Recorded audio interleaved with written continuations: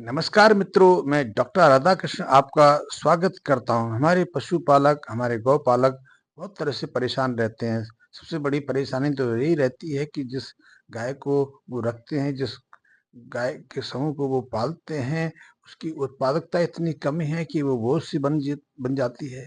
फिर पशुपालक या गौपालक इस चीज़ को लेकर परेशान रहते हैं कि उन गाय समय पर हीट पे नहीं आ रही हैं, लेकिन यदि पर्याप्त प्रयास से हीट पे आ जाती हैं, कंसीव भी हो जाती हैं, फिर उन दूसरी समस्या खड़ी होती है कि उनकी जो पशु गाय हैं, उनके जो पशु हैं, गर्भाधान के बाद, ज्ञावन होने के बाद गर्भपात की समस्या से त्रस्त हो जाते हैं, बच्चे को गिरा देते हैं। और ये समस्या गायों को पशु में बहुत तेजी से बढ़ रही है और इसके पीछे कई तरह के कारण हैं।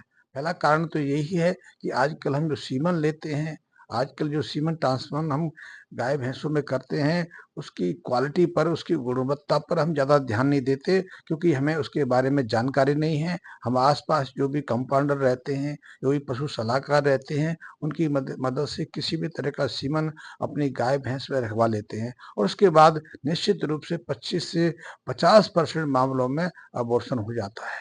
अबॉर्शन की एक और कारण है, वो कारण है यदि आपने पशु को ज्ञावन होने के बाद उसको कीड़े मारने की दवा लगवा दी, तो उसके बाद निश्चित रूप से अबॉर्शन की समस्या बढ़ जाती है, खास करके यदि उसको एल्बेंडाजोल दिया गया है।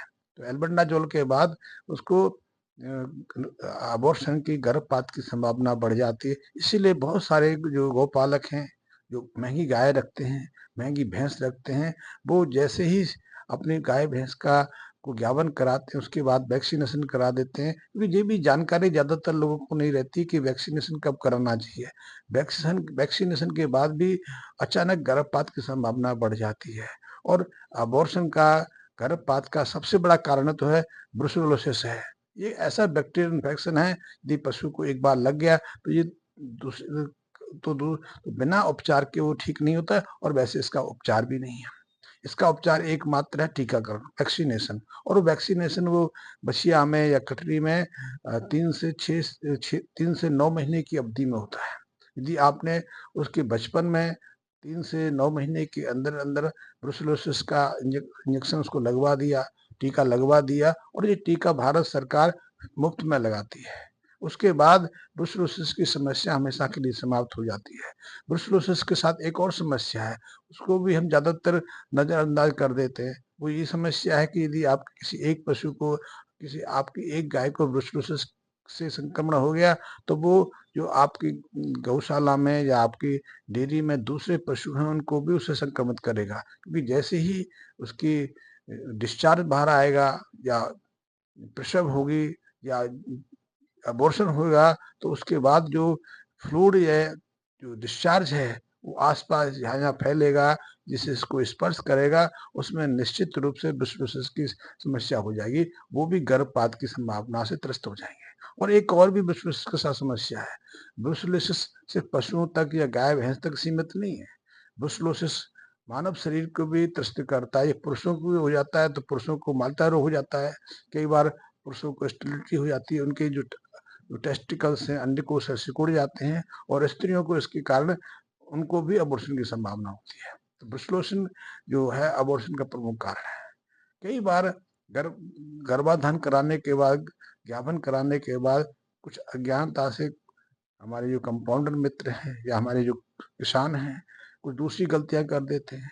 तो कई बार उनको पेस्टिसाइड से या हर्बिसाइड से संक्रमित चारा खिला देते हैं, उसके बाद भी ब्रुसेलोसिस इसकी गर्भपात की संभावना बढ़ जाती है। तो ऐसे में यदि आपकी गाय गाभिन है, तो कुछ बातों को हमें अपने दिमाग में रखना चाहिए। पहली चीज़ तो यही है, यदि आपकी गाय या आपका भैंस गाभिन है, तो उसको वैक्सीनेशन ना कराएँ, बल्कि ऐसे में आपको संभावना लगती है कि इसने पहले खराब किया है, तो गर्भाधान के बाद, ज्ञापन होने के बाद आप कभी भी 20-21 दिन के बाद उसको एक रिसेप्टल का इंजेक्शन लगा दें।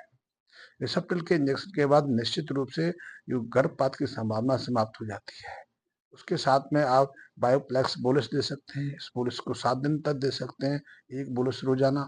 7 दिन, इसकी अवधि को 10-11 दिन तक बढ़ा सकते हैं। यदि आपको बायोप्लेक्स ना मिले तो बायोमिन जीएल सिरप दे सकते हैं। इसकी 7 ml की मात्रा रोजाना देनी होती है और आप इसको 7 से 21 दिन तक दे सकते हैं। ये भी बहुत अच्छी चीज़ है। इसके माध्यम से भी जो हमारे पशुओं के शरीर में माइक्रोन्यूट्रिएंट्स की कमी हो जाती है, जिसके कारण में गर्भाधान की संभावना रहती है, कम रहती है, हीट पैनिंग आती है या ज्ञापन होने की संभावना में न्यूनता रहती है या बार बार गर्भपात होता रहता है, तो उस समस्या का निराकरण हो जाता है। तो ये थोड़े से प्रयोग हैं, आप कर लेंगे तो आपके सामने ज्ञापन होने के बाद गर्भपात की संभावना है वो समाप्त हो जाती है।